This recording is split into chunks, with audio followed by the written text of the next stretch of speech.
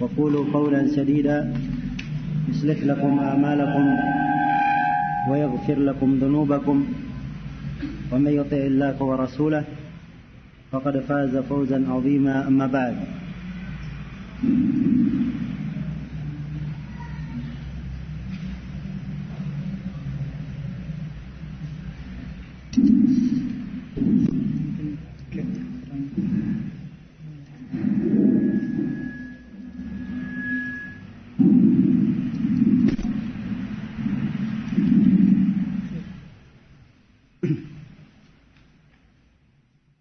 فإن أصدق الحديث كتاب الله وخير الهدي هدي محمد صلى الله عليه وعلى آله وسلم وشر الأمور محدثاتها فإن كل محدثة بدعة وكل بدعة ضلالة وكل ضلالة في النار.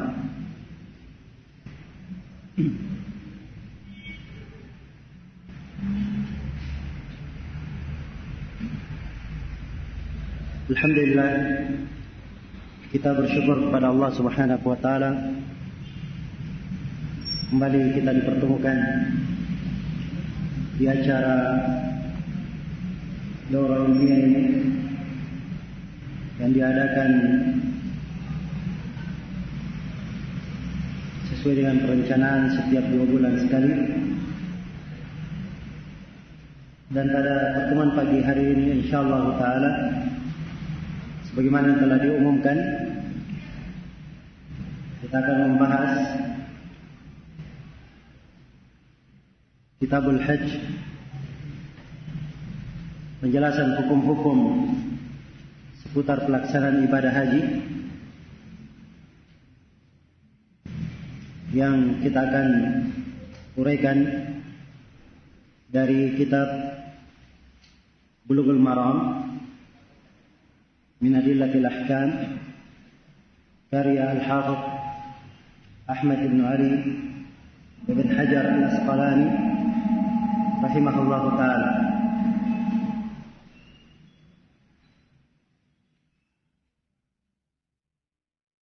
Berbicara tentang ibadah haji,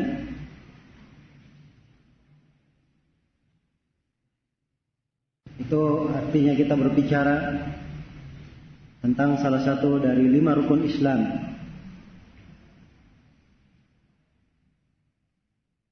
Yang diterangkan oleh Rasulullah sallallahu alaihi wasallam di dalam hadis Abdullah bin Umar bin Khattab radhiyallahu taala anhu, di mana Nabi sallallahu alaihi wasallam bersabda,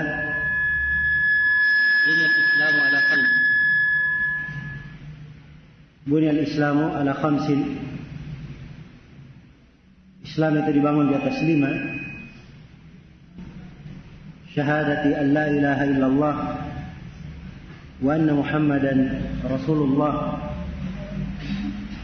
Pertama dibangun di atas syahadatain, yaitu syahadat, mempersaksikan la ilaha illallah, tidak ada yang berhak diibadahi selain dari Allah, dan Nabi Muhammad adalah utusan Allah. Wa iqamis salat, rukun yang kedua adalah rukun Islam, menegakkan salat. Wa ita'iz zakat, rukun yang ketiga mengeluarkan zakat.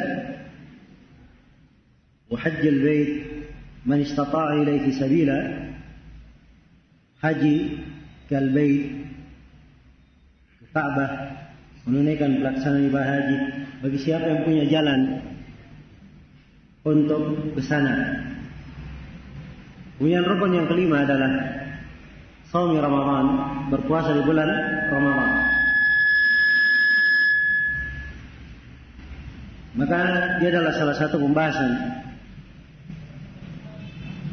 dari rukun Islam. Dan pembahasan ini menjadi wajib hukumnya untuk dipelajari, menjadi wajib hukumnya untuk dipelajari bagi siapa yang akan melaksanakan ibadah haji tersebut. Bagi siapa yang Allah Subhanahu wa taala berikan kepadanya kemudahan di dalam menjalankan ibadah haji tersebut. Dan bagi siapa yang belum diberi kemudahan, maka pelaksanaan ibadah haji ini atau pembahasan tentang haji ini adalah hal yang sepatutnya dia ketahui, sehingga menjadi motivasi bagi dirinya dan senantiasa dia bermohon dan berharap kepada Allah Subhanahu wa taala agar supaya dimudahkan langkahnya dan dimudahkan urusannya untuk bisa menunaikan ibadah haji. Dan juga orang yang memahami fikih haji ini, dia akan memperoleh darinya mana-mana keimanan dan pelajaran-pelajaran ilmu yang sangat bermanfaat. Sebab ilmu itu keterkaitannya dengan dua hal. Yang pertama, seorang ketika mempelajarinya, dia mengambil makna keimanan dengan ilmu yang dia dapatkan, pengetahuan yang dia pahami. Kemudian yang kedua, tatkala dia beramal dengan ilmu tersebut, melaksanakannya, maka dia mendapatkan manfaat yang lain dan mana-mana keimanan yang lainnya. Iya. Selain daripada itu, di dalam pelaksanaan ibadah haji, banyak dari saudara-saudara kita kaum muslimin dan muslimat yang menunaikan ibadah haji namun kurang mengerti akan tuntunan yang benar atau bagaimana haji yang dilakukan oleh Rasulullah sallallahu alaihi wasallam. Maka bagi siapa yang pernah mempelajarinya, ini menjadi medan dakwah untuknya, saling bernasihat pada saudara-saudaranya yang akan menunaikan ibadah haji, saling memberikan tausiah, memberikan manfaat ilmu, mengingatkan ada sebagian kesalahan yang banyak dilakukan oleh jemaah haji. Ya, ini diantara hal-hal yang kita harapkan kita bisa petik dari pembahasan haji ini. Untuk meringkas pembahasan, sebab hadis-hadis yang disebutkan di sini oleh Al-Hafidz Ibnu Hajar rahimahullah taala tentang pembahasan haji lumayan banyak. Ya.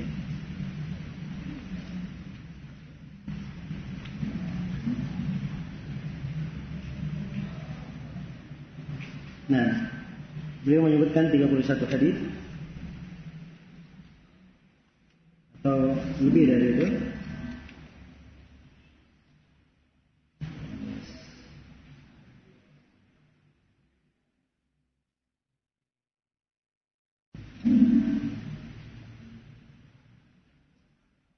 Ya, beliau menyebutkan 69 hadis berkaitan dengan haji. Dan insyaallah taala kita akan uraikan dalam waktu 2 hari. Ya. Semoga Allah Subhanahu wa taala memudahkan segala urusan dan membukakan hati-hati kita semua dengan cahaya ilmu dan memberikan manfaat untuk kita semua di dunia dan di akhirat. Kata penulis rahimahullah taala, berkata Al-Hafidz Ibnu Hajar rahimahullah taala, kata beliau, Kitabul Hajj, Kitab Al-Hajj, kitab tentang haji ini dalam urutan Bulughul Maram. Ini di pembahasan yang keenam, kitab yang keenam.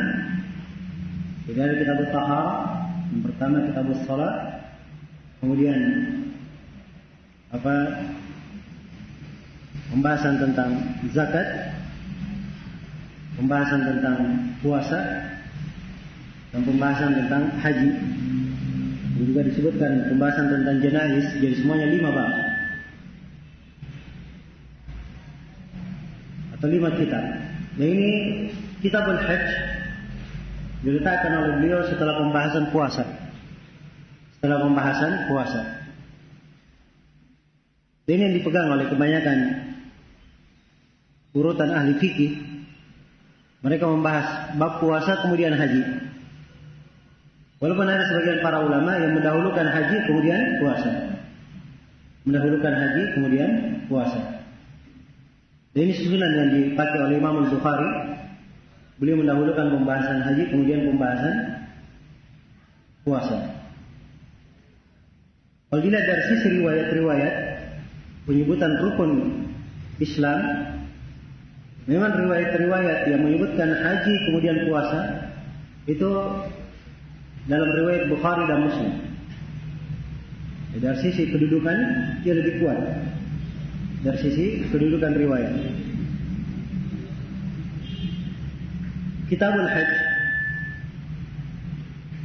Ya. Al-Hajj secara bahasa artinya adalah al-qasd. Artinya adalah al-qasd. Memaksudkan.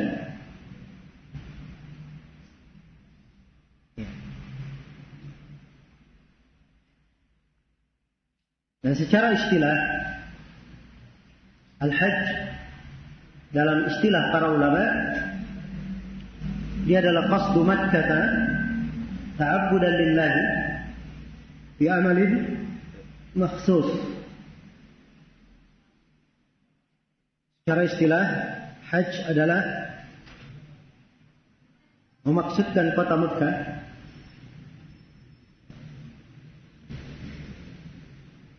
dalam rangka beribadah kepada Allah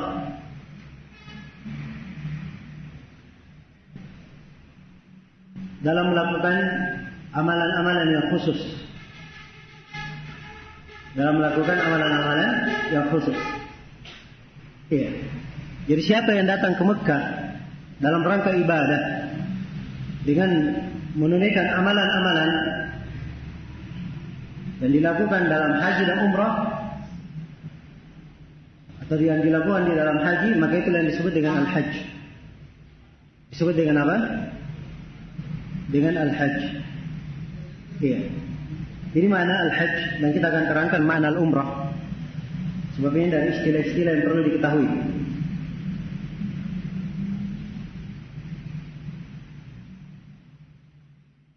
Dan haji hukumnya adalah wajib. Hukumnya adalah wajib atas setiap muslim dan muslimah.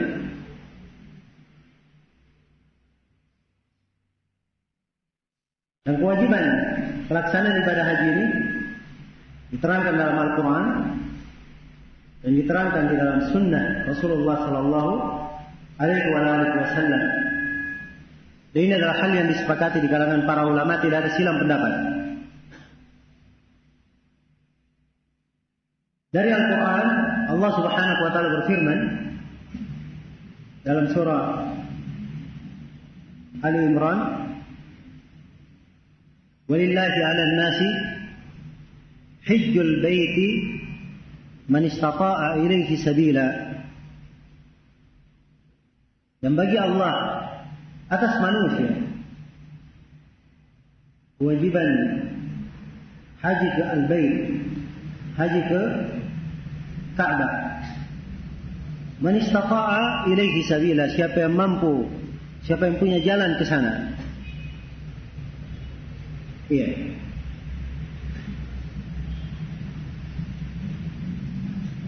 Dan dari hadis Nabi sallallahu alaihi wasallam, saya sudah bacakan tadi hadis Ibnu Umar bahwa haji salah satu rukun dari rukun Islam.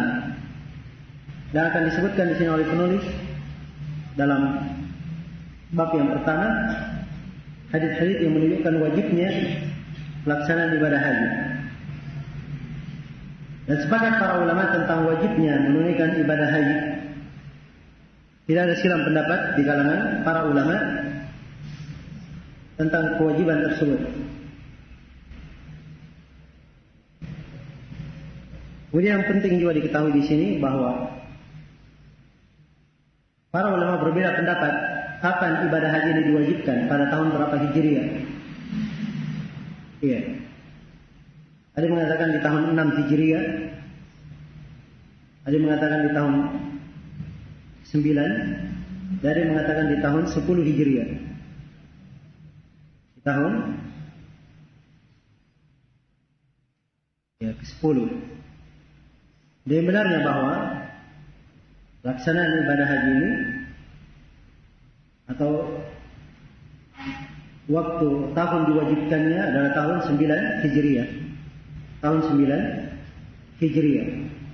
Sebab Nabi SAW 9 atau 10. Sebab Nabi SAW yang syah dari beliau hanya melakukan ibadah haji yang disebut dengan nama Hajjatul Wada, haji perpisahan.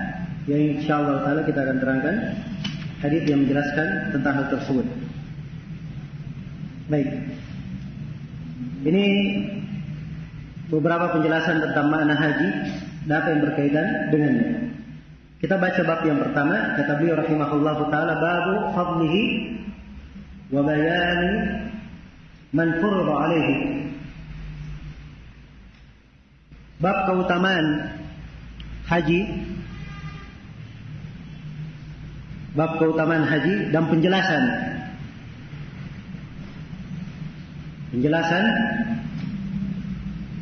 siapa yang diwajibkan padanya untuk melakukan ibadah haji. Iya.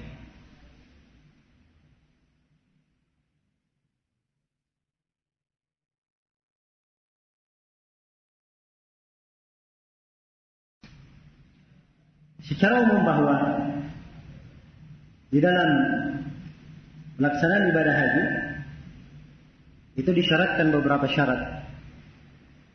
Syarat wajibnya syaratkan beberapa syarat. Syarat yang pertama adalah syarat al-Islam. Dia harus muslim. Kemudian syarat yang kedua adalah syarat al-aql. Ya, dia harus orang yang waras. Orang yang waras dan bukan orang yang gila. Ya. Kehilangan akal. Kemudian syarat yang ketiga syaratkan al-bulugh. Dia harus balik. Kemudian syarat yang keempat syaratkan al-hurriyah. Syaratkan kebebasan. Dia bukan seorang budak, seorang yang merdeka. Kemudian syarat yang kelima adalah al-istita'ah, kemampuan, punya kemampuan. Ini 5 syarat secara global. Kita akan terangkan 5 syarat ini terperinci di dalam hadits-hadits yang akan diterangkan akan disebutkan oleh Ibnu Hajar rahimahullahu taala. Jadi tujuan dibawakannya hadits-hadits di bab yang pertama ini, Ibnu Hajar ingin menyebutkan 2 perkara sekaligus. Yang pertama, beliau ingin jelaskan tentang keutamaan haji. Kemudian yang kedua, beliau ingin terangkan tentang syarat-syarat diwajibkannya haji. Iya. Penjelasan tentang keutamaan, beliau memulai menjelaskan tentang keutamaan sebab dimaklumi bahwa sebuah amalan yang telah diwajibkan, seseorang itu akan lebih bersemangat di dalam melakukannya. Tatkala dia mengenal keutamaannya dan dia memahami betapa besar pahala yang disiapkan oleh Allah Subhanahu wa taala dalam pelaksanaan ibadah tersebut. Iya.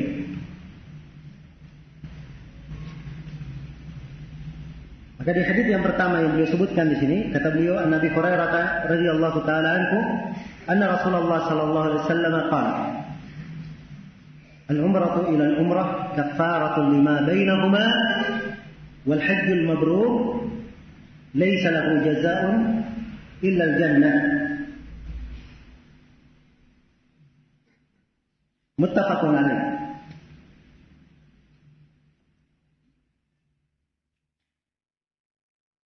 Dari Abu Hurairah radhiyallahu taala anhu, sungguhnya Rasulullah sallallahu alaihi wasallam bersabda, "Al-umrah ila al-umrah." Pelaksanaan umrah ke umrah yang lainnya.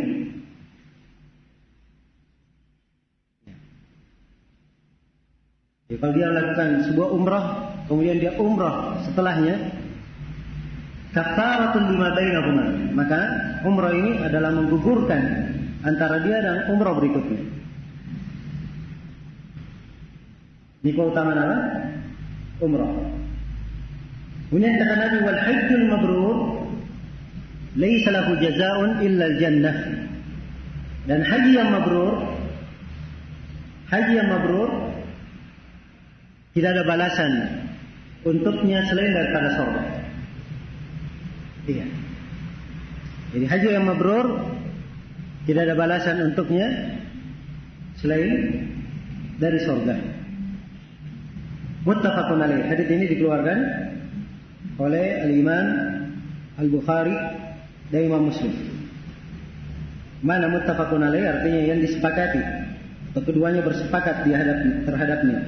Dan yang dimaksudkan dengan keduanya bersepakat adalah Al-Imam Al-Bukhari dan Imam Muslim bersepakat di dalam mengeluarkan hadis tersebut. Ya. Di dalam hadis yang mulia ini terdapat penjelasan tentang keutamaan haji dan keutamaan umrah. Ini terangkan juga umrah. Umrah itu apa? Umrah secara bahasa adalah at-ta'abbudu lillahi bi ziyaratil bait ala wajhin makhsus.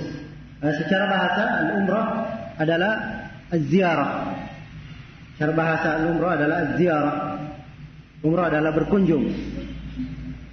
Ya, kalau dikatakan dia melakukan umrah, secara bahasa artinya dia melakukan kunjungan. Dan maksudnya secara istilah umrah adalah at-ta'abbudu lillah.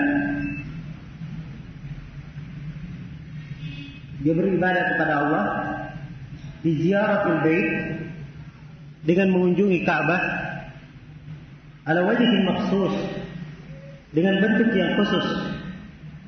Ya, sebab dia pelaksanaan ibadah bentuknya apa? Khusus. Orang yang akan melakukan umrah, dia mula-mula niat masuk ihram. Setelah dia ihram, dia berangkat ke Ka'bah, tawaf di Ka'bah. Setelah tawaf, sa'i antara Safa dan Marwah. Setelah itu dia mencukur rambutnya. Maka setelah itu selesai umrahnya. Ini umrah. Jelas ya?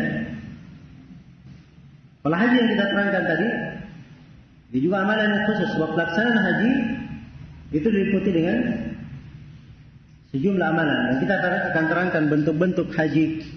Ya. Tapi kalau kita hanya berbicara masalah hajinya saja, maka di dalam haji itu ada yang ada yang merupakan rukun haji, ada yang merupakan kewajiban haji, dan ada yang merupakan sunnah-sunnahnya. Sebagaimana dalam umrah juga ada yang merupakan rukun, ada yang merupakan wajib, dan ada yang merupakan sunnah.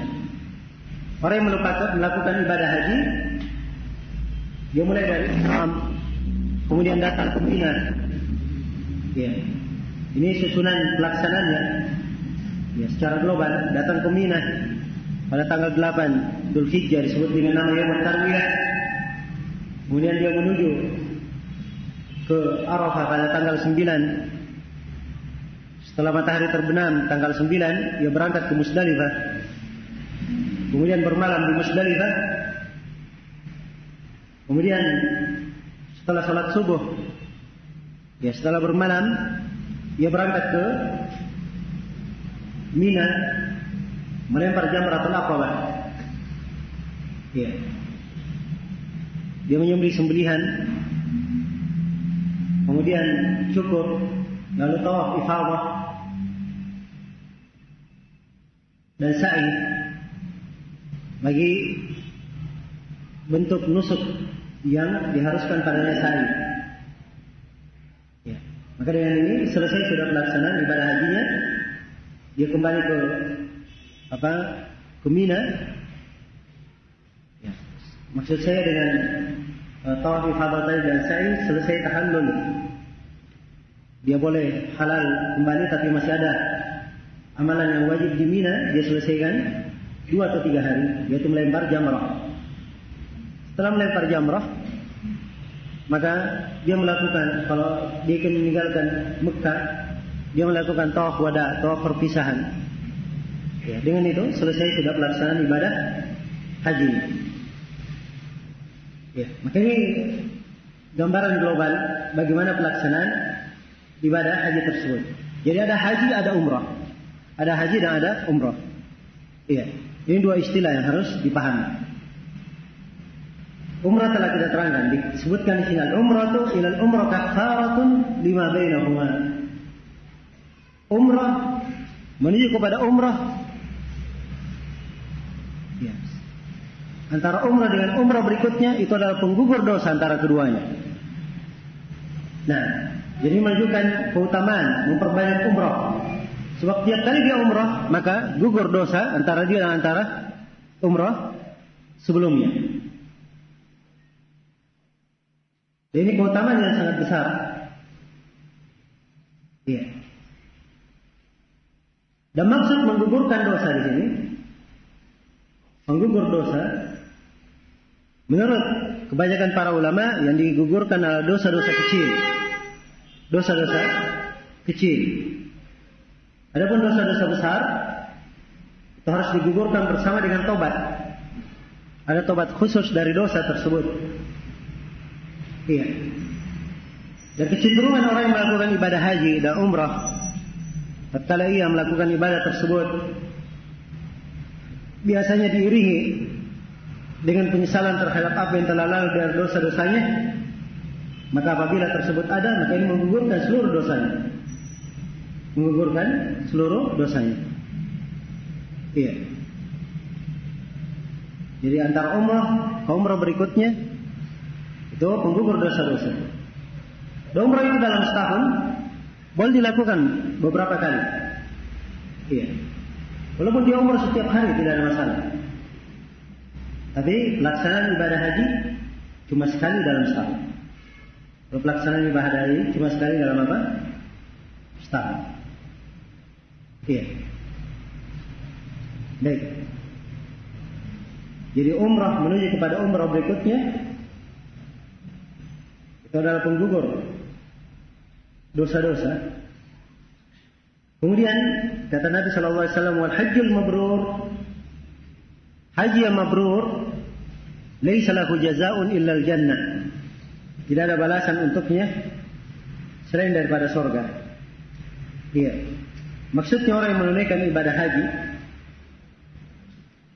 dan dia masuk ke dalam kategori haji yang mabrur, maka dia pasti akan mendapatkan surga. Dia pasti akan mendapatkan surga. Iya. Haji yang mabrur itu apa ciri-cirinya?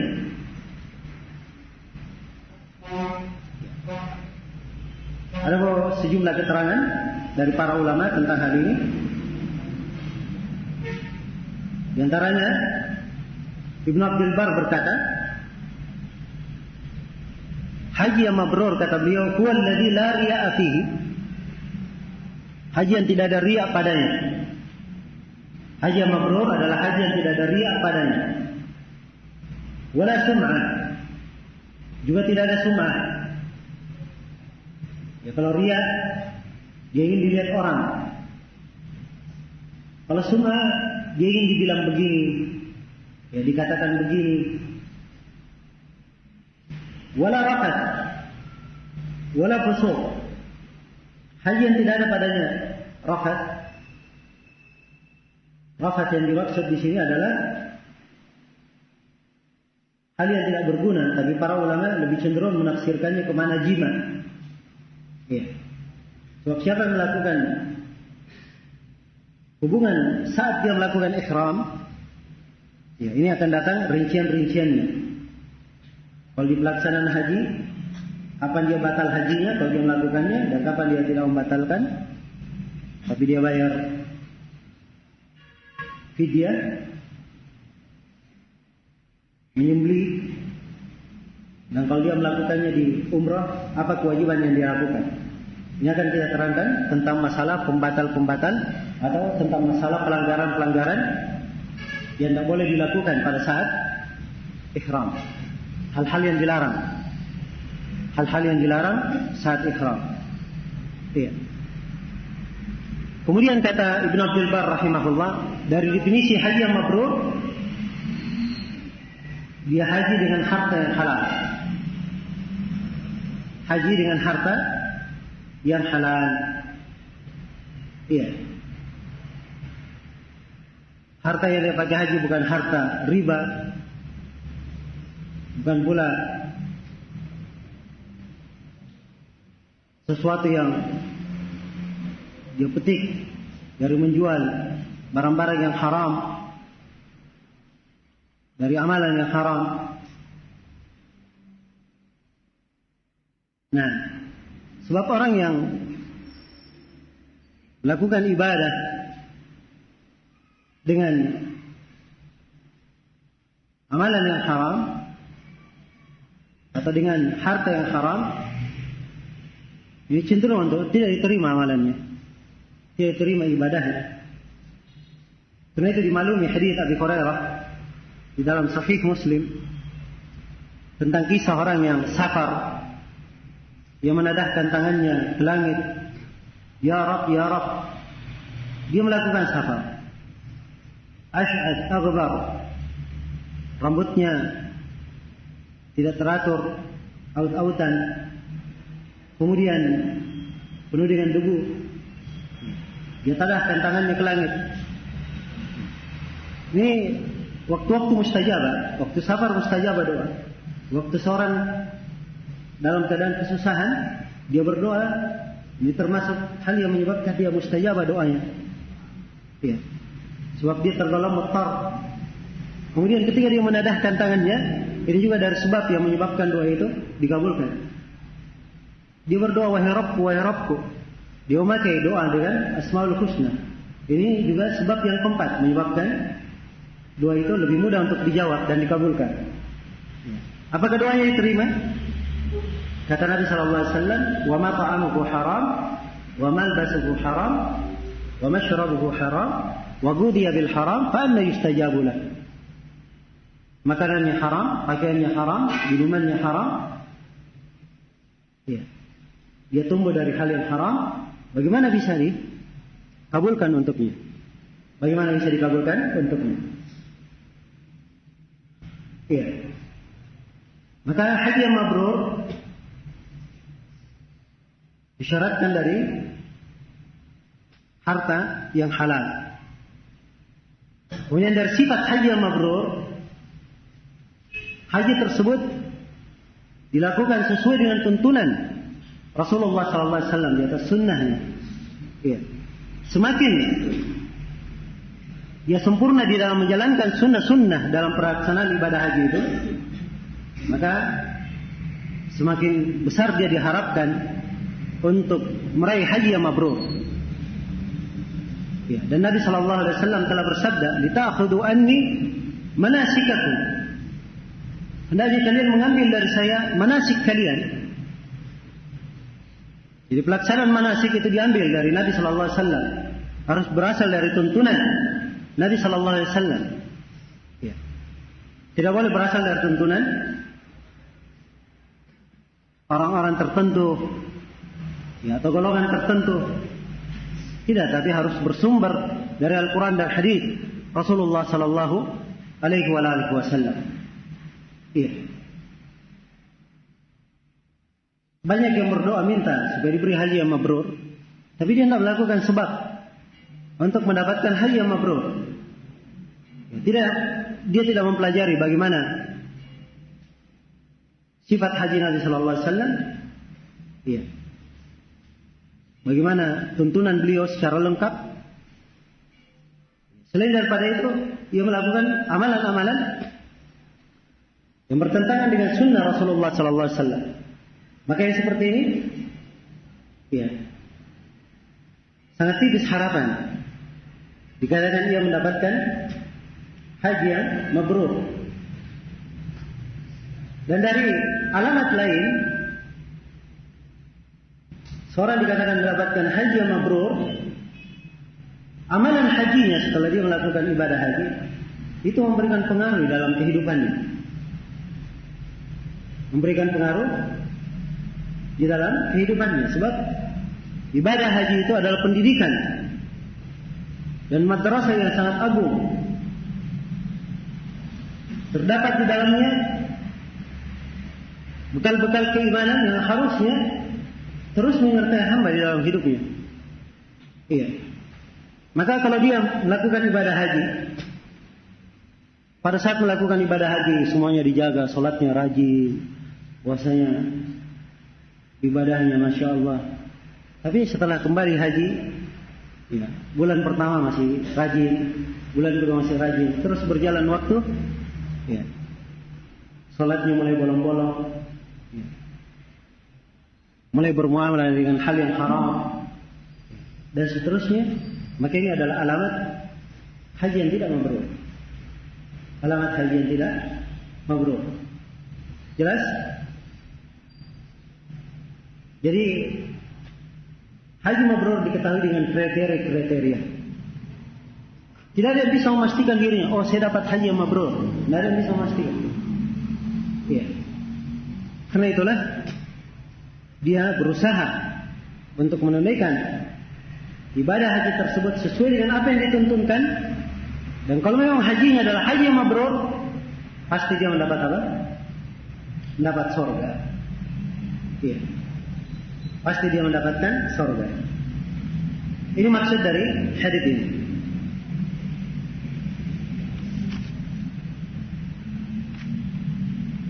Nah, kemudian kata beliau rahimahullah ta'ala,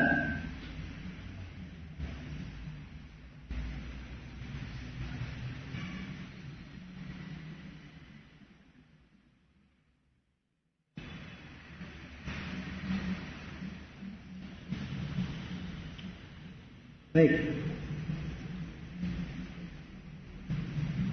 Jadi ini hadis yang pertama menjelaskan tentang keutamaan haji. Dan ada hadis-hadis yang lain menjelaskan tentang keutamaan haji tersebut. Di antara hadis-hadis itu adalah sabda Rasulullah sallallahu alaihi wasallam. Ya. Sebagaimana yang diriwayatkan oleh Imam At-Tirmidzi, An-Nasai, Ibnu Khuzaimah dan selainnya dari Ibnu Mas'ud radhiyallahu taala anhu. Kata beliau, anna Nabi sallallahu alaihi wasallam qala tabi'u bain al-hajj wal umrah. Ikutilah atau laksanaan ibadah haji dan umrah baina al-hajj wal umrah, antara haji dan umrah itu. Ya. Jadi kalau dia sudah melakukan haji dan umrah, terus dia ikuti. Dia kembali mengulangi melakukan haji dan umrah. Perintahkan tabi'u, ya ulangi laksanaan antara haji dan umrah. Kata Nabi sallallahu alaihi wasallam, fa innahuma yanfiyani al-faqr wad-dunub. Ya. Sebab keduanya, haji dan umrah itu akan meniadakan, menghilangkan kefakiran dari hamba. Menghilangkan kefakiran darinya dan menghilangkan dosa. Maksudnya menggugurkan apa? Menggugurkan dosa. Kama yanfil kir khabath al-hadid. Ya. Sebagaimana bara api itu ketika dipanaskan, dia menghilangkan karatan-karatan besi. Ya. Jadi ketika besi yang berkarat dipanaskan, seluruh karatannya hilang. Wadzahabi wal fiddah. Demikian pula apa yang melekat di emas dan perak ketika telah dipanaskan maka seluruhnya jatuh. Ya, maka demikian pula haji dan umrah itu menggugurkan dosa-dosa dan menghilangkan kefakiran dari hamba. Nah, dan Nabi SAW bersabda di akhir hadis, "Walaysa lil hajjatil mabrurah thawabun illa al jannah." Dan tidak ada pahala bagi haji yang mabrur selain daripada surga. Iya. Dalam hadis yang saya bacakan tadi, ini terdapat penjelasan keutamaan yang sangat besar dalam pelaksanaan ibadah haji dan umrah. Bahwa siapa yang melakukan haji dan umrah ini, maka itu adalah salah satu sebab yang menyebabkan rezekinya dilapangkan. Menyebabkan rezekinya dilapangkan. Ya. Karena Nabi mengatakan haji dan umrah itu menggugurkan, menghilangkan kefakiran. Kalau menghilangkan kefakiran, berarti rezekinya akan apa? Akan ditambah dan dilapangkan. Itu maksudnya. Ya. Dan ini adalah hal yang terbukti dan dirasakan oleh kaum muslimin yang telah menunaikan ibadah haji. Ya. Dan ini dari keindahan syariat kita. Di dalam amalan-amalan ibadah ada sejumlah amalan ibadah. Apabila dilakukan, maka amalan-amalan ibadah tersebut adalah sebab yang menyebabkan dilapangkannya rezeki bagi hamba dan diluaskannya kebaikan untuknya dan ditolak kefakiran darinya. Ya, amalan-amalan ini banyak. Di antaranya haji dan umrah. Di antaranya lagi adalah al-istighfar. Banyak beristighfar, memohon ampun. Ya. Pada Allah Subhanahu wa taala. Karena itu Nabi Nuh alaihi salam berkata kepada kaumnya, "Istaghfiru rabbakum innahu kana ghaffara." Istighfarlah kalian kepada Rabb kalian. Sungguhnya Rabb kalian itu Maha Pengampun. Yursilis sama alaikum midrara. Ya. Kemudian Nabi Nuh berkata, kalau kalian melakukan istighfar, maka Allah akan menurunkan dari langit air yang berlimpah ruah untuk kalian. Berlimpah ruah mendatangkan kebaikan, bukan banjir dan malapetaka. Iya. Wa yumdidukum bi amwali wa banin. Wa yaj'al lakum jannatin wa yaj'al lakum anhara. Dan Allah akan melapangkan harta-harta dan anak-anak kalian. Iya. Dan Allah Subhanahu wa taala akan menjadikan untuk kalian kebun-kebun dan akan menjadikan untuk kalian sungai-sungai. Ini janji dari Allah Subhanahu wa taala bagi siapa yang beristighfar. Demikian pula misalnya menyambung silaturahmi. Rasulullah sallallahu alaihi wasallam bersabda dalam hadis Anas bin Malik diriwayatkan oleh Imam Muslim dan selainnya, "Man sarrahu ayyunsi'a lahu fi atharihi wa yubsata lahu fi rizqihi falyasir rahimahu." Siapa yang ingin umurnya dipanjangkan dan dia ingin rezekinya dilapangkan, hendaknya dia menyambung silaturahminya. Iya. Hendaknya dia menyambung silaturahminya. Demikian pula dari hal yang melapangkan rezeki berinfak dan bersedekah. Iya. Sebab setiap kali seorang melakukannya, Allah melipat gandakan balasan untuknya. Dan Allah jamin apa yang dia keluarkan akan diganti. Wa ma anfaqatum min syai' fa huwa yukhlifuh. Apapun yang kalian infakkan, maka dialah Allah yang akan menggantinya. Ya. Dan banyak lagi amalan-amalan yang lainnya. Ini satu titik pembahasan yang patut dicermati. Sebab-sebab yang mendatangkan rezeki bagi hamba. Ibadah-ibadah yang menyebabkan hamba itu terbuka rezekinya. Ya. Dari sebagian ulama kita yang menulis buku, ya, khusus mengumpulkan tentang amalan-amalan yang merupakan sebab didapatkannya rezeki bagi seorang hamba. Ya. Kemudian di antara hadis yang menjelaskan keutamaan haji dan umrah adalah sabda Rasulullah sallallahu alaihi wasallam. Ya. Kata beliau, man hajja lillahi falam yarfuth walam yaqsab raja'a kayaumi waladatku ummuhu.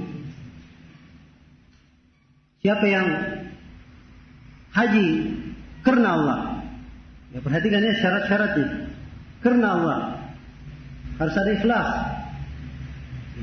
Siapa yang haji karena Allah, falam yarfuth, dia tidak melakukan rafath, tidak melakukan hal yang sia-sia,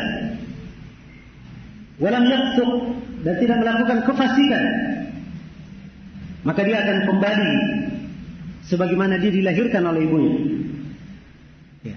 Dia seorang dilahirkan oleh ibunya, dia tidak menyandang dosa, dan begitu bersih.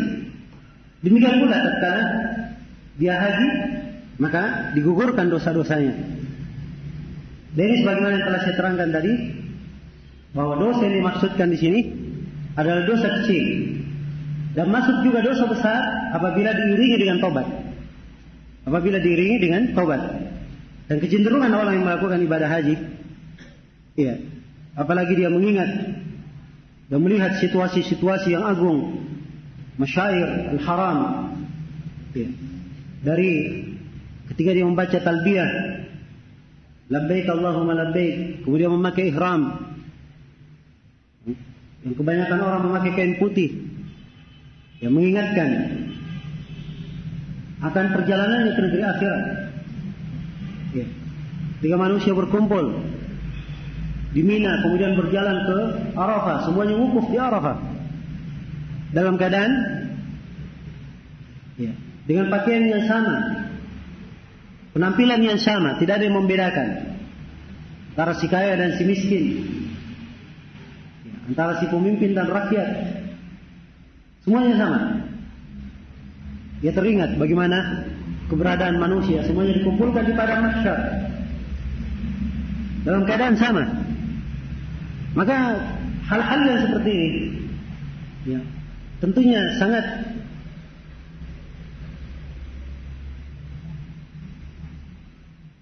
memungkinkan menyebabkan munculnya kesadaran dan taubat dari seorang hamba, sehingga ia menyesali akan perbuatan-perbuatannya, ya, dan tidak akan kembali lagi mengulangi dosa-dosanya. Nah, hal-hal yang seperti ini, ya, ini termasuk perkara yang menyebabkan seorang itu digugurkan dosanya. Ya, karena itu makna umum dari hadis yang mendapatkan diampuni dosa-dosanya, kembali seperti dilahirkan oleh ibunya, ya seperti bakhirnya, bersih dari dosa. Ya. Dosa kecil ini yang paling utama masuk di dalamnya. Demikian pula dosa besar apabila diikuti dengan apa? Diikuti dengan taubat. Iya. Juga di antara keutamaannya di dalam hadis Abi Hurairah yang diriwayatkan oleh Imam Al-Bukhari dan Imam Muslim, Rasulullah sallallahu alaihi wasallam pernah ditanya, "Ayyul amali afdal?" Amalan apa yang paling afdal? Maka beliau menjawab, imanun billahi wa rasulih. Yang paling afdal adalah beriman kepada Allah dan kepada Rasulnya. Qila thumma madha? Kemudian ditanya lagi, kemudian apa setelah itu yang paling afdal? Maka beliau menjawab, jihadun fi sabilillah, jihad di jalan Allah. Qila thumma madha? Kemudian ditanya lagi Rasulullah sallallahu alaihi wasallam, kemudian apa setelah itu? Qala hajjun mabrur. Kata beliau, haji yang mabrur. Nah, maka ini diantara hadis-hadis yang menjelaskan tentang keutamaan haji. Dan di sini penulis rahimahullah taala menjelaskan keutamaan yang lainnya. Kata beliau dalam hadis yang kedua, An Aisyah radhiyallahu taala anha, An Aisyah radhiyallahu taala anha, annaha qalat, qultu ya Rasulullah. Aisyah berkata, saya berkata, wahai Rasulullah, alam nisa'i jihad? Apakah ada jihad yang wajib bagi perempuan? Qala na'am. Maka Nabi sallallahu alaihi wasallam menjawab, iya. Alaihinna jihadun la qitala fihi. Wajib atas mereka sebuah jihad, tidak ada peperangan padanya. Jihad yang tidak ada peperangannya. Apa jihad yang tidak ada peperangannya ini? Kata beliau, al-hajju wal-umrah, yaitu haji dan umrah. Haji dan umrah. Kata beliau, rawahu Ahmad wa Ibnu Majah wa lafdhu lahu. Hadis ini dikeluarkan oleh Ahmad dan Ibnu Majah. Dan lafaz hadis milik Ibnu Majah. Wa isnaduhu sahih. Dan sanad hadis ini sahih, kata Ibnu Hajar. Wa asluhu fi sahih. Dan asal hadis ini dalam as-sahih. Maksudnya dalam as-sahih di sini adalah Sahih Al-Bukhari. Asal hadisnya di dalam Sahih Al-Bukhari. Sebab dalam Sahih Al-Bukhari konteksnya begini. Iya. Imam Al-Bukhari meriwayatkannya dari Aisyah radhiyallahu taala anha. Aisyah berkata, qultu lin Nabi, nara al-jihad afdal al-amal. Afala nujahid? Aisyah berkata kepada Nabi sallallahu alaihi wasallam, kami memandang bahwa jihad adalah amalan yang paling afdal. Adalah amalan yang paling afdal. Maka apakah kita tidak berjihad? Maksudnya apakah kami kaum perempuan tidak berjihad? Qala, maka Nabi berkata, la, tidak. Lakunna afdal jihad. Kalian punya jihad yang paling afdal. Yaitu apa? Hajjun mabrur. Yaitu haji yang mabrur. Haji yang mabrur. Maka ini menunjukkan tentang keutamaan ibadah haji bagi siapa yang melakukannya. Kalau dia terhadap perempuan adalah keutamaan, ya, maka terhadap laki-laki juga itu adalah keutamaan juga. Iya. Dan hadis ini menunjukkan juga dari manfaat yang kita petik dari hadis. Hadis ini juga menunjukkan bahwa amalan itu, amalan salih itu dari sebab yang menyebabkan seorang hamba masuk ke dalam surga.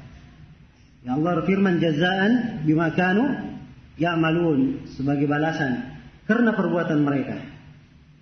Ya, maka amalan itu sebab menyebabkan seorang itu masuk surga. Ya, dia tidak masuk surga apa?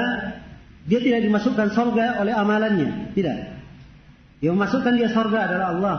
Dengan rahmat Allah dia masuk surga. Kenapa dia mendapatkan surga? Disebabkan karena apa? Karena amalan. Jadi amalan adalah sebab yang menyebabkan seorang itu masuk ke dalam surga. Iya. Yang masuk ke dalam surga. Dan ini bantahan untuk kaum sufi. Ya. Mereka sering mendengung-dengungkan ucapan Rabi' al-Adawiyah yang katanya, ya Allah saya beribadah kepadamu, ya, bukan karena mengharap surgamu, dan bukan pula karena ingin terhindar dari siksaanmu. Nah, ini adalah ucapan sufi jahil dan tidak mengerti tuntunan. Ya. Nabi SAW dan para sahabatnya, mereka beramal karena mengharap surga dan takut dari siksaan Allah Subhanahu wa ta'ala. Amalan itu adalah sebab yang menyebabkan seorang itu masuk ke dalam surga. Nah, dan hadis ini dibawakan di sini oleh penulis. Hadis yang kedua ini dan setelahnya, ya beberapa hadis setelahnya, beliau ingin menjelaskan tentang kedudukan haji dan umrah. Apakah haji dan umrah wajib atau tidak? Kalau haji telah kita maklumi bahwa haji hukumnya apa? Hah? Hukumnya wajib. Sekarang umrah hukumnya apa? Dia wajib atau sunnah? Iya. Ini yang ingin dibawakan di sini. Kamu menyebutkan hadits-hadits. Ya. Sebab hadits di sini tatkala disebutkan bahwa seorang perempuan ada kewajiban jihad. Ada kewajiban jihad. Apa kewajiban jihadnya? Yaitu haji dan umrah. Kalau haji dan umrah wajib terhadap perempuan, maka kewajibannya terhadap laki-laki tentunya mimbabi aula. Laki-laki lebih pantas lagi dikatakan wajib untuknya. Jelas sampai sini? Ya, ini sisi pendalilan penulis. Kenapa dibawakan dengan konteks ini? Padahal ada konteks Imam Al-Bukhari dalam Sahihnya. Tapi kenapa beliau tambahkan konteksnya Imam Ahmad dan Ibnu Majah? Sebab di sini ada perbedaan lafaz, kandungan fikih yang berbeda. Jelas ya? Nah, kemudian kenapa Al-Hafidz Ibnu Hajar isyaratkan bahwa asalnya dalam Sahih Bukhari? Ya, beliau ingin mengisyaratkan bahwa di dalam hadis ini ada perbincangan di kalangan para ulama tentang kedudukannya. Memang sanadnya sahih, tapi sebagian matanya itu ada pembahasan. Iya, ada pembahasan. Jelas sampai sini? Saya simpulkan dulu bahwa dari hadis ini dipetik darinya pelajaran bahwa haji dan umrah adalah apa? Adalah wajib. Kita katakan haji wajibnya ya jelas. Umrah berdalilkan dengan hadis ini. Ya, ini yang dibahas oleh para ulama hadis. Sebab di dalam riwayat Bukhari tidak disebut umrah, yang disebut apa? Haji saja. Ya. Kalian ada jihad yang paling afdal yaitu apa? Haji yang mabrur. Tidak disebut umrah. Ya. Tidak disebut umrah. Nah, ini yang dibahas oleh para ulama. Ya, karena itu Ibnu Abdul Hadi rahimahullah taala dalam At-Tanqih beliau mengisyaratkan tentang sisi kelemahan penyebutan kalimat umrah dalam hadis ini. Tetapi bahwa hadis ini diriwayatkan dari jalan Habib bin Abi Amrah. Iya. Banyak rawi yang meriwayatkan dari Habib bin Abi Amrah, tidak ada yang menyebutkan umrah di dalam riwayatnya. Imam Al-Bukhari menyebutkan riwayat itu, tidak ada penyebutan umrah. Iya. Jelas? Demikian pula ada rawi yang lain, Muawiyah bin Ishaq bin Talha, yang meriwayatkan dari bibinya Aisyah radhiyallahu taala anha, dan juga tidak ada penyebutan umrah. Tidak ada penyebutan umrah. Karena itu penyebutan kalimat umrah di sini, kalau dikatakan sebagai riwayat yang syadzah, itu adalah apa kesimpulan yang kuat dari sisi pembahasan ilmu hadis. Jelas ya? Kesimpulan yang kuat dari sisi pembahasan ilmu hadis. Iya. Karena itu para ulama silam pendapat tentang hukum umrah. Apakah umrah itu wajib atau sunnah? Apakah umrah itu wajib atau sunnah? Iya. Jelas sampai sini ya? Jadi penting pembahasan ini. Ya, sebab akan kita sebutkan nanti pelaksanaan ibadah haji ada 3 jenis. Ada 3 jenis nusuk. Ya, ada namanya haji ifrad, ada namanya haji qiran, dan ada namanya haji tamattu. 3 jenis. Iya. Haji tamattu dan haji qiran ini digabungkan di dalamnya haji dan umrah sekaligus. Jelas ya? Kalau haji ifrad ini haji saja, tidak ada umrahnya. Haji saja tidak ada apa? Tidak ada umrahnya. Jelas sampai sini? Iya. Jadi kalau misalnya dibangun di atas pendapat ini, umrah hukumnya apa? Kalau dia mengatakan hukum umrah adalah wajib, maka kalau dia berangkat haji tahun ini dia ifrad, keharusannya dia harus kembali lagi ke Mekah untuk umrah. Sebab umrah juga hukumnya apa? Hukumnya wajib. Jelas sampai sini? Iya. Maka ini letak pembahasan dan pengaruhnya di dalam pelaksanaan sangat kuat. Karena itu dibahas oleh para ulama. Apa hukum umrah? Iya. Silam mendapat para ulama, ada 2 pendapat. Ada yang mengatakan wajib, dan ada yang mengatakan apa? Sunnah. Ada yang mengatakan wajib, ada yang mengatakan sunnah. Bagi mereka yang mengatakan wajib, ini dalil-dalilnya. Di antaranya hadis ini. Sekarang kita sudah terangkan bahwa di dalam hadis ini tidak ada pendalilan. Sebab kata umrah yang ada dalam hadis, derajatnya apa? Derajatnya lemah. syadz. Jelas sampai sini? Baik, kita lihat dalil yang lain. Hadis yang ketiga ini juga dalil yang dibawakan oleh Ibnu Hajar untuk menjelaskan wajibnya haji dan umrah. Atau menunjukkan wajibnya umrah. Kata beliau an Jabir bin Abdullah radhiyallahu taala anhuma annahu qala ata an-nabiy sallallahu alaihi wasallam arabiyyun faqala ya Rasulullah akhbirni anil umrah awajibatun hi. Dari Jabir radhiyallahu taala anhu beliau berkata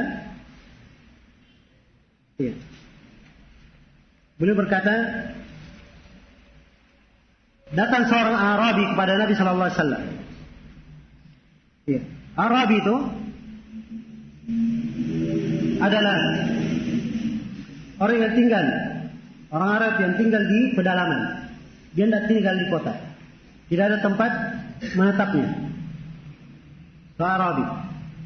Seorang Arabi mendatangi Nabi sallallahu alaihi wasallam. Kemudian berkata, "Ya Rasulullah, wahai Rasulullah, akhbirni anil umrah." Kabarkan kepada saya tentang umrah. Awajibatun fi? Apakah umrah itu wajib? Qala la. Kata beliau, tidak. Wa anta atamir khairul laka. Dan kalau kamu umrah, maka itu lebih bagus bagimu. Baik, ini riwayat yang kedua ini untuk pendapat yang kedua. Pendapat yang mengatakan tidak wajib. Nabi berkata tidak wajib. Tapi umrah itu lebih bagus bagimu. Maksudnya umrah adalah hal yang disunnahkan. Kata beliau rawahu Ahmad wa Tirmidzi wa rajihu waqfuhu. Hadis ini dikeluarkan oleh Imam Ahmad, At-Tirmidzi, dan yang rajihnya bahwa hadis ini adalah hadis yang mauquf. Hadis yang mauquf. Jelas? Imam Tirmidzi mengeluarkan hadis ini dan di dalam sanadnya ada rawi yang bernama Hajjaj bin Arta. Dan dia ini lemah riwayatnya. Nah, demikian pula diriwayatkan oleh Imam Ahmad. Ada jalan yang lain, tapi juga mengandung kelemahan di dalamnya. Maka hadis ini lemah, tidak bisa dipakai berhujjah. Hadis yang lainnya, kata Ibnu Hajar, kata beliau, wa akhrajahu Ibnu Adi min wajhin akhar dhaif. Dan hadis ini dikeluarkan oleh Ibnu Adi dari jalan lain, tapi jalan lemah. Kenapa lemah? Sebab di dalam sanadnya ada rawi yang bernama Ibn Lahiyah. Dan Ibn Lahiyah ini dhaif al-hadis.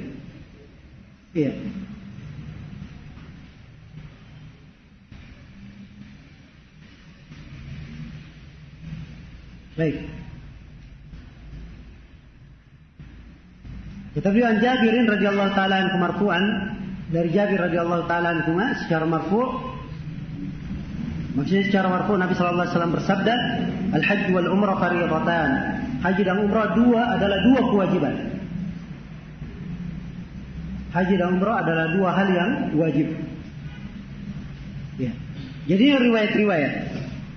Dua riwayat ini memberi dua kesimpulan. Ada sebagian riwayat menyimpulkan bahwa umrah hukumnya apa? Wajib. Ada sebagian riwayat yang menyimpulkan bahwa umrah hukumnya apa? Sunnah. Umrah hukumnya sunnah. Jelas? Dan telah kita terangkan bahwa riwayat-riwayat ini ada kelemahan.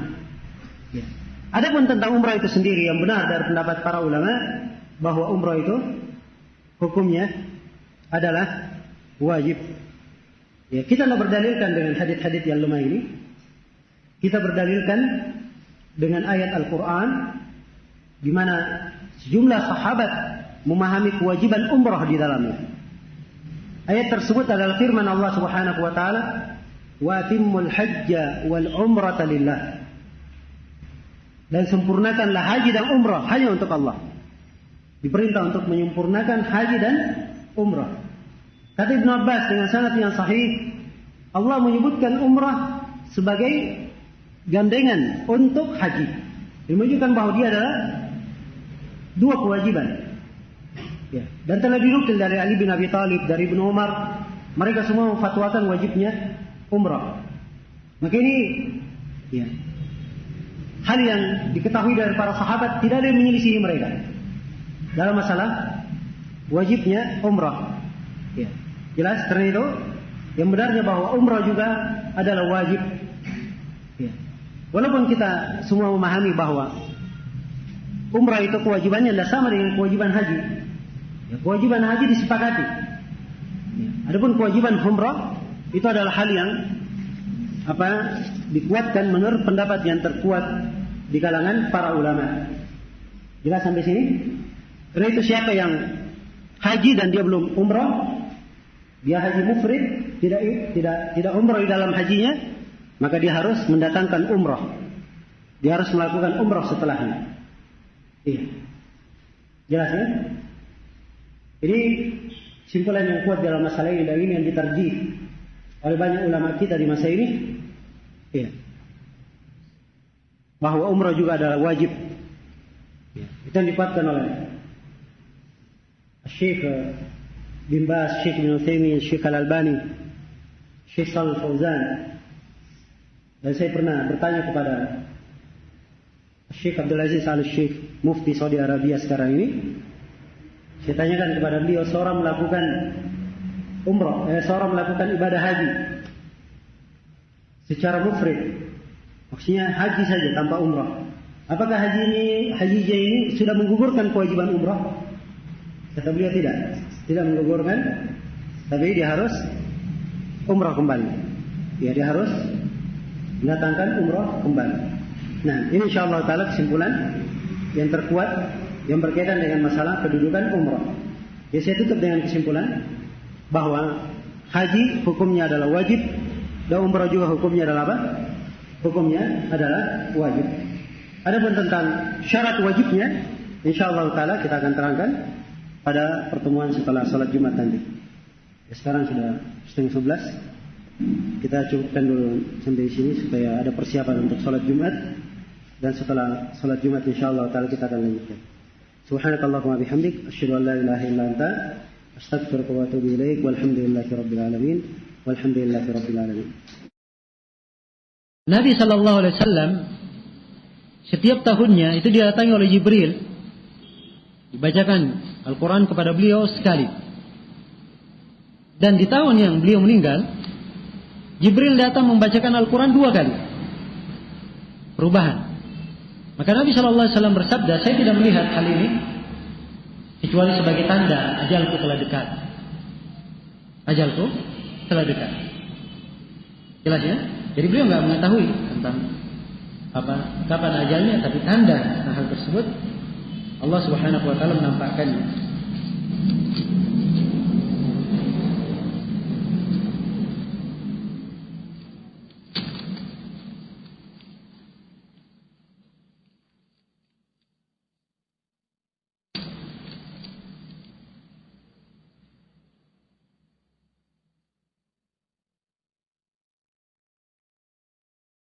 Seorang perempuan petugas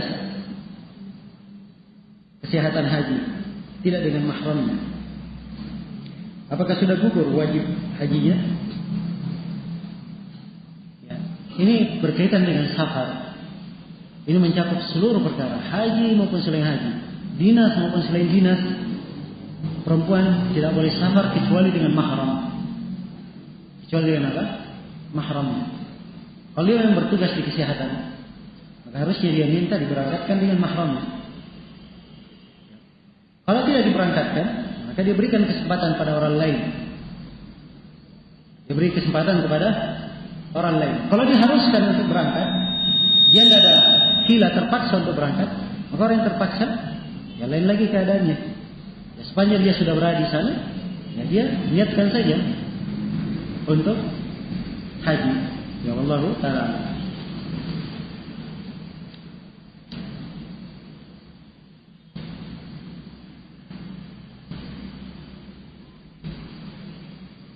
Bagaimana bentuk dan cara memakai ihram? Apakah memakai pakaian dalam? Ini terlalu cepat pertanyaannya. Kita belum sampai ke pembahasan itu. Ya. Kita akan jelaskan insyaallah. Apakah wanita tetap memakai cadar? Ini juga akan dijelaskan.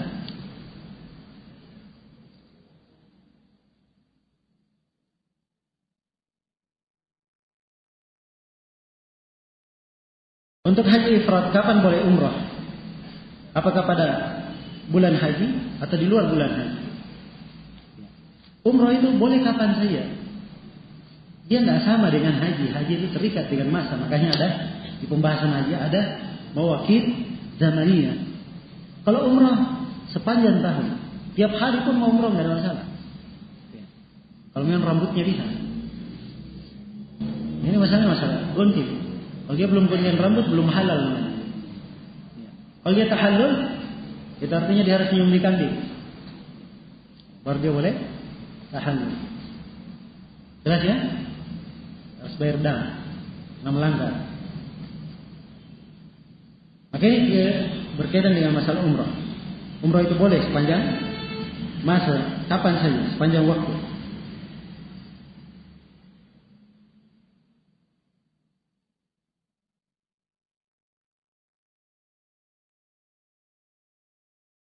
Apakah diperbolehkan berusaha memberikan pendidikan diri pada janin? Misalnya dengan mendengarkan Al-Quran dekat rahim dan lain-lain. Bagaimana caranya dia paham dikasih pendidikan janin? Nah, ini dari hal yang tidak nampak hubungan sebab akibatnya. Ya. Hal yang tidak nampak hubungan sebab akibatnya. Dan saya tidak mengetahui ada nas yang menunjukkan tentang itu. Karena itu jangan meniatkan macam-macam. Kalau dia ingin anaknya baik, jaga makanan yang masuk, makanan yang halal. Ya. Kemudian dia banyak berdoa kepada Allah, banyak melakukan ibadah. Dia harapkan hal-hal ini memudahkan dia untuk meraih harapannya pada apa yang dia harapkan terhadap janinnya. Ya. Kalau dia baca perutnya misalnya atau ini, itu perlu dalil ya. Sebab dia membuat bentuk pendekatan dan ini diperlukan dalil.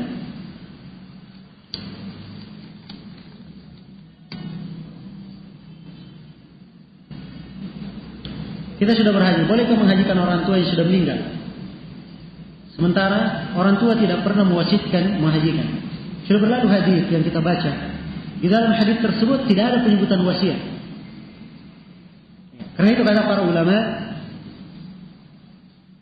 orang yang meninggal dihajikan itu boleh saja. Dia berwasiat maupun tidak berwasiat boleh dihajikan. Dan itu dari bentuk bakti seorang anak kepada orang tuanya kalau dihajikan orang tuanya.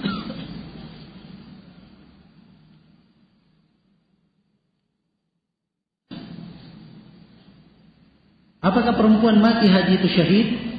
Disolatkan tidak?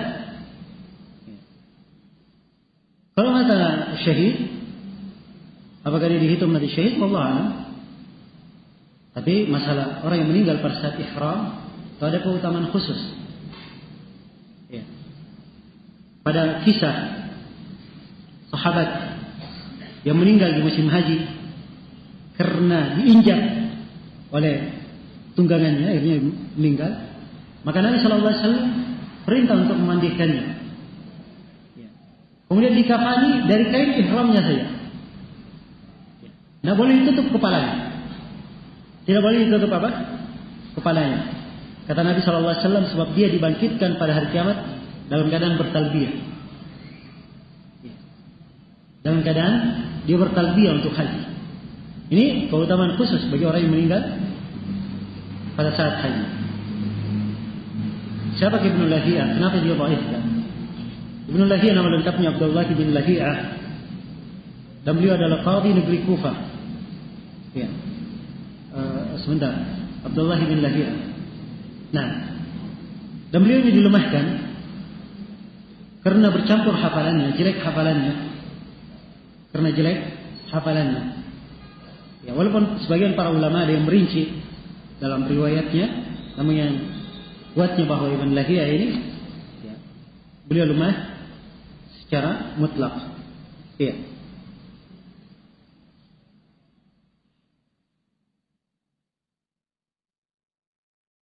Apakah bukan syarat syah haji itu suci? Apa maksud suci ini? Ya. Kalau yang dimaksudkan suci bersih dari haid, jawabannya tidak. Orang yang haid dia boleh melakukan seluruh manasik haji selain dari tawaf saja. Selain dari apa? Tawaf. Sebab perempuan haid tidak boleh tawaf dalam keadaan dia haid. Dan ini akan datang pembahasannya. Apa hukum nada alarm dengan adzan? Nada alarm, nada dering, itu tidak diperbolehkan dengan menggunakan nada adzan.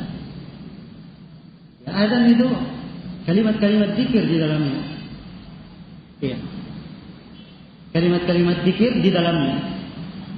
Dan kalimat-kalimat zikir ini tidak pantas untuk dijadikan sebagai tanda dering. Ya. Untuk tanda apa? Alarm.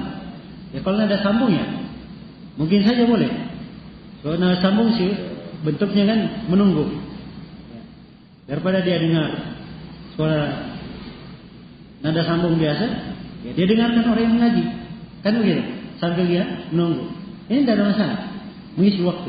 Tapi kalau dijadikan sebagai tanda, ketika bunyi suara mengaji, oh ini ada telepon. Dia tidak perhatikan mengajinya, oh ada telepon. Al-Quran tidak dijadikan untuk hal tersebut. Itu namanya tidak menghormati, tidak mengagungkan Al-Quran. Dan ini menyisihi firman Allah Subhanahu wa taala, "Dzalika wa may yu'azzim sya'air Allah fa innaha min taqwal qulub." Demikian bagi siapa yang mengagungkan syiar-syiar Allah, itu dari ketakwaan di dalam hati. Ya. Maka pakai nada yang lain. Nada apa saja boleh, nada drink biasa. Ya. Nada air misalnya, gelas pecah. Atau yang semisal dengan itu, enggak masalah. Ya.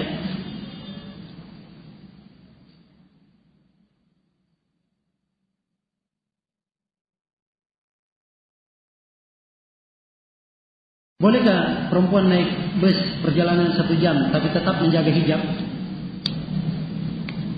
Ini kalimat perjalanan ini apa yang dimaksud perjalanan? Dalam kota atau safar? Ya, kalau dia safar, haram perempuan safar tanpa mahram. Kalau dia dalam kota bukan safar, tidak ada masalah. Sepanjang bukan jarak safar tidak ada masalah.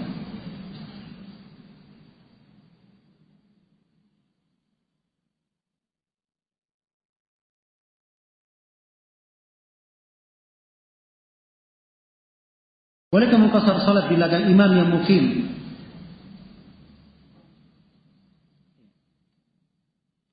Jawabannya tidak boleh. Dia mengqasar salat di belakang imam yang mukim kalau imamnya menyempurnakan. Nah, sebab Nabi sallallahu alaihi wasallam bersabda, "Innama ju'ila al-imamu liyu'tamma bih." Sungguhnya imam itu dijadikan untuk diikuti. Dan tidak ada dari hadis salaf yang menunjukkan tentang hal ini. Wallahu a'lam, saya tidak tahu dari fatwa para ulama apa ada yang memfatwakan seperti itu. Jelas hal itu tidak boleh.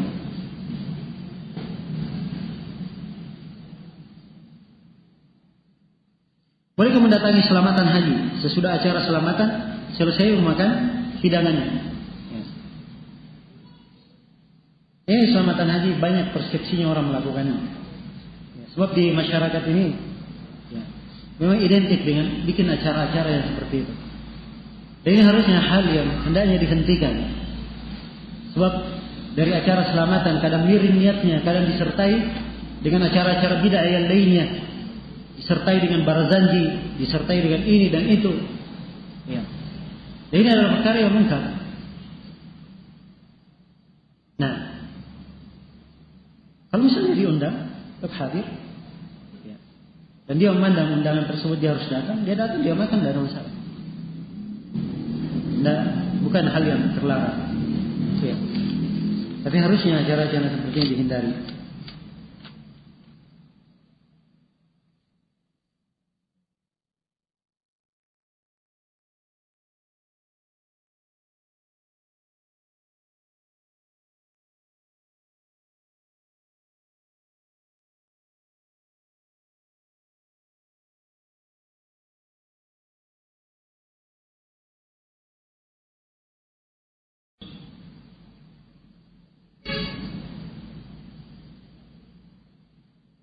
Ini pertanyaan tentang Iqtidas Shiratal Mustaqim. Tolong dibawakan nasnya dalam bahasa Arabnya supaya saya bisa baca. Saya nggak paham ini sekarang dari bahasa Indonesia ini, saya nggak paham.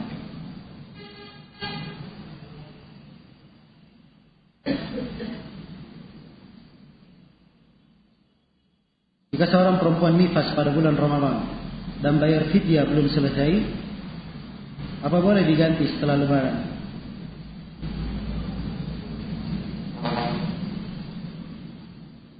Jika tidak ada, apa kafaratnya? Jika sudah fidyah wajib kamu bayar puasa. Ini juga saya nggak paham ya, apa maksudnya. Ya. Seorang perempuan yang nifas, kewajibannya adalah mengganti puasa. Sebab dia nifas. Nifas itu sama dengan haid.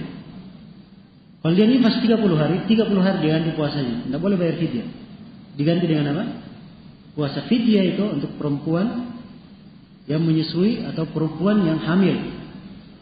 Yang keduanya meninggalkan puasa karena takut membahayakan anak yang disusui atau membahayakan kandungannya. Itu fidyah.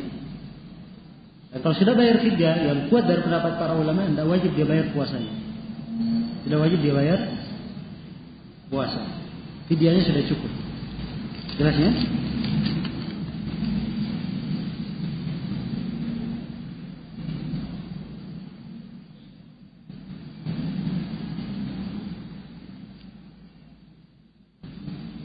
Apa hukumnya bagi seorang yang belum memiliki harta yang cukup untuk biaya haji, tapi dia memiliki kendaraan atau harta lainnya yang apabila dijual cukup untuk biaya haji? Apakah dalam keadaan seperti ini dia terkena telah wajib haji? Kewajiban haji itu menurut pendapat yang terkuat adalah al-fawriyah. Harus sesegera mungkin. Sesegera mungkin. Kapan dia mendapatkan kesempatan? Sesegera mungkin dia melaksanakannya. Jelas? Sekarang dilihat ini, rumah yang dia pakai, kendaraan yang dia pakai. Kalau memang kebutuhannya, ya, tidak wajib dia menjualnya. Sebab itu masuk dalam kategori keperluan dan kebutuhan. Tapi kalau hal yang lebih darinya, dia tidak butuhkan sebenarnya, makanya tidak diperbolehkan seorang menumpuk ya, hartanya dalam bentuk benda, sedangkan dia punya kewajiban yang dia tidak tunaikan. Jelas ya?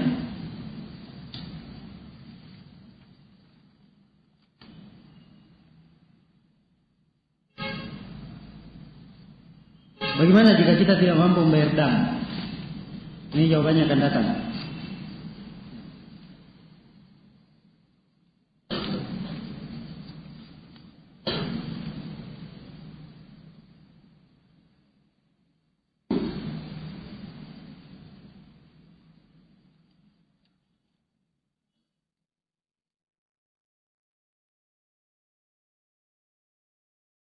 Bagaimana hukumnya sholat bermakmum dengan imam yang mempunyai pemahaman? Kata saya Al-Quran adalah makhluk. Saya nggak pahamin apa maksudnya kata saya. Kalau kata penanya, berarti penanya memahami dari imam ini, dia berpendapat bahwa Al-Quran adalah makhluk. Itu pemahamannya. Belum tentu ucapannya si imam. Tapi kalau kata saya ucapannya imam, dia hikayatkan ucapannya si imam, maka ini imam berpemahaman Jahmiyah. Ya. Dilihat pemahamannya, apakah dia ikut-ikutan meyakininya, telah tegakkan atasnya hujjah atau belum? Ya.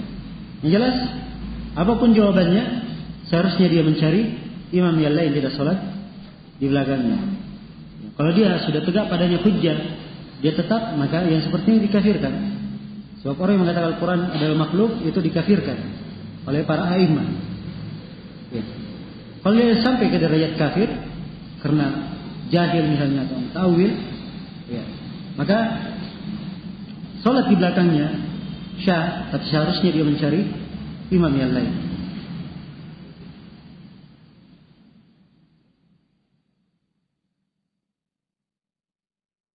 Bolehkah haji dengan niat sambil berdagang? Tidak ada masalah. Haji dengan niat sambil berdagang. Maksudnya seorang itu ketika haji, dia meniatkan dirinya untuk melakukan haji. Keberadaan dia melakukan aktivitas, dia berdagang, ya. Dia berangkat sambil mau lihat-lihat barang, misalnya. Dia pedagang, nggak bawa barang, Ya, tapi kalau sampai di sana dia mau lihat barang untuk dia bawa, dia dagangkan, tidak ada masalah. Ini tidak bertentangan dengan mana haji dan tidak mengganggu ibadahnya. Jadi kalau dagangnya tidak mengganggu kelancaran ibadahnya, maka tidak ada masalah. Ya, kalau dia dagang dan melantarkan ibadahnya, ya, maka ini adalah hal yang merugikan dirinya sendiri. Apakah uang yang disetor di bank harus dizakati jika sampai setahun? Ya, kalau dia punya duit misalnya sudah sampai ke nisab, apapun duit tersebut dia simpan selama setahun, dimanapun dia simpan, di rumahnya, di bank, ya maka dia keluarkan zakatnya apabila sudah sampai setahun.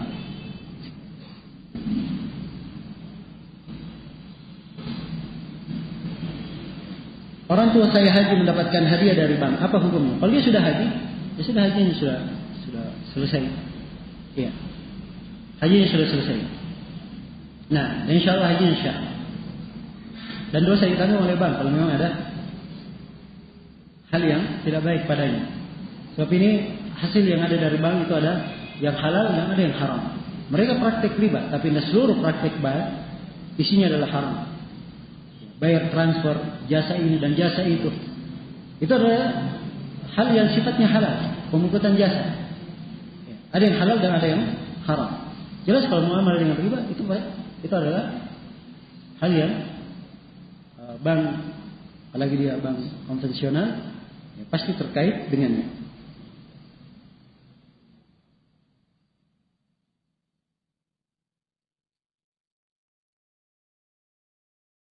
Apa hukum pamitan haji yang sekarang sudah menjadi adat? Apa maksudnya pamitan haji? Beda dengan acara itu lagi tadi. Kalau seperti acara itu pamitan namanya acara itu tadi kita sudah terangkan. Tapi kalau pamitan, ya, dia mau haji dia datangi setiap orang pamitan misalnya haji. Ini hal yang tidak disyariatkan, memberatkan. Kalau misalnya dia keliling tetangganya, ya, karena sebuah etika dan adab yang baik, ya, di tengah warga, biasanya begitu, ya, itu tidak ada masalah. Ya, babnya adalah bab etika kebiasaan. Sebagaimana dia safar misalnya untuk haji atau safar untuk melakukan studi atau safar untuk melakukan pekerjaan, dia kadang pamit dengan tetangganya, ya, kebiasaannya tidak ada masalah. Ya, tapi kalau dia kaitan karena haji pamit, ya, makanya tidak ada tuntunan khusus. Nah, Ustaz, sekarang mikot bentuknya bagaimana? Ya bentuknya bagaimana? Ya mikot. Ya namanya tanah tidak pernah berubah. Ya. Cuma kalau tanya bagaimana bangunan di atasnya, ya, bagaimana bangunan di atasnya? Bisa tahu sekarang informasi sudah berkembang. Ya. Sisa klik sana sini sudah dapat gambar-gambarnya. Ya, tidak perlu digambarkan. Yang jelas setiap mikot itu sekarang dibangun oleh pemerintah pasti ada masjidnya. Dan pasti ada WC-WC yang sangat banyak, terpisah antara laki-laki dan perempuan. Ya. Boleh mandi ihram di situ. Sekitar mikot itu lengkap.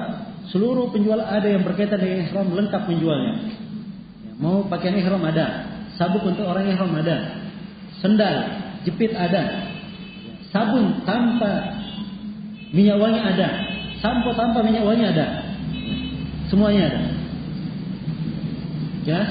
Dan ini dari kemudahan, ya, yang alhamdulillah Allah mudahkan di masa ini.